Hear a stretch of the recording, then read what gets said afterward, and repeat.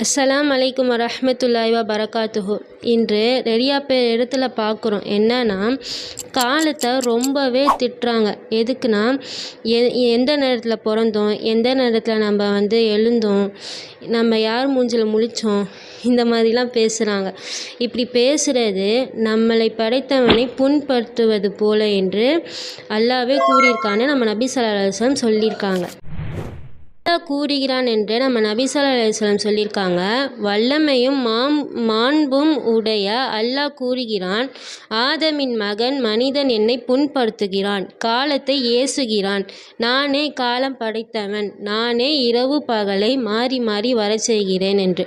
இந்த இடத்துல நம்ம காலத்தை ஏசும்போது அல்லாஹ்வை புண்படுத்துகிறோன்னு நினச்சி நம்ம பேசணும். அல்லாஹ் மறந்து பேசக்கூடாது. எது நடந்தாலும் அது நல்லதுக்கே.